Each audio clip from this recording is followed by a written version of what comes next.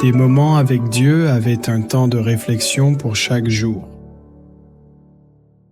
11e janvier quand il y a une raison, 1 Corinthiens 15h31. Chaque jour je suis exposé à la mort, je l'atteste, frères, par la gloire dont vous êtes pour moi le sujet, en Jésus-Christ notre Seigneur.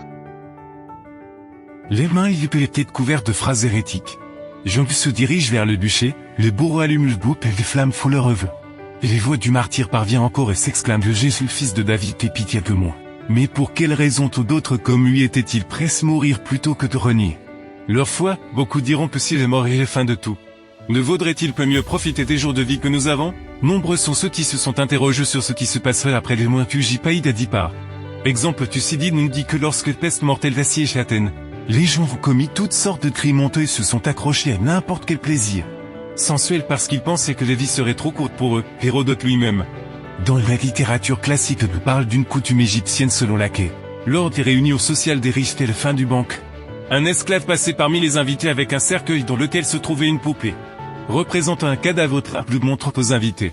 L'esclave leur disait: regardez ceci, amusez-vous, car la vie est trop courte pour vous de regarder et amusez-vous, car c'est cela que vous ressemblerez quand vous mourrez.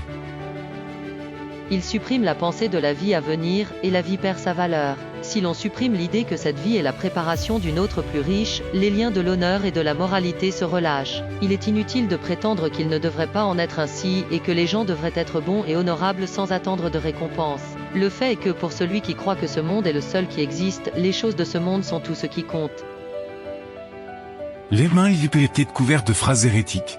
Jean se dirige vers le bûcher, le bourreau allume le bouc et les flammes font leur œuvre. Et les voix du martyr parvient encore et s'exclament: Jésus, fils de David, aie pitié de moi. Mais pour quelle raison tous d'autres comme lui étaient-ils prêts à mourir plutôt que de renier leur foi? Beaucoup diront que s'il est mort, il est fin de tout.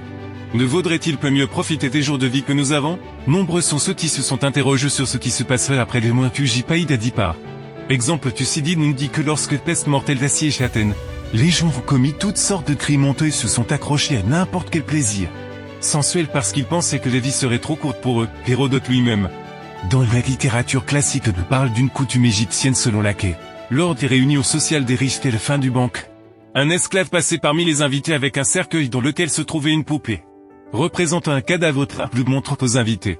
L'esclave leur disait: regardez ceci, amusez-vous, car la vie est trop courte pour vous de regarder et amusez-vous, car c'est cela que vous ressemblerez quand vous mourrez.